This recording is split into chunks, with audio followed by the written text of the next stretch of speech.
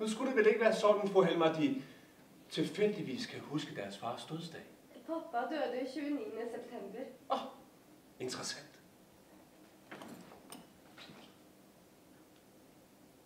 Her på gældsbeviset står der den 2. oktober.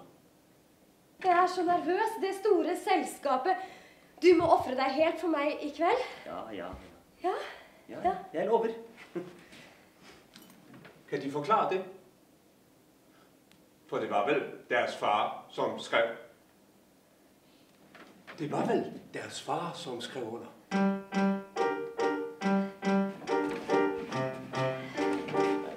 Nora. Nej. Vi tager det fra begynnelsen.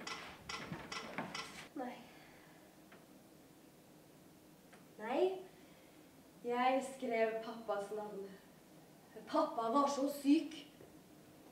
Er de klar over, fru Helmer, at de rent juridisk har bedraget mig groft? Nei.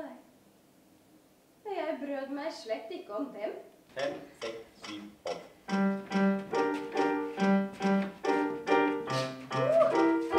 Langsommere, Nora. De er en svindler, fru Helmer!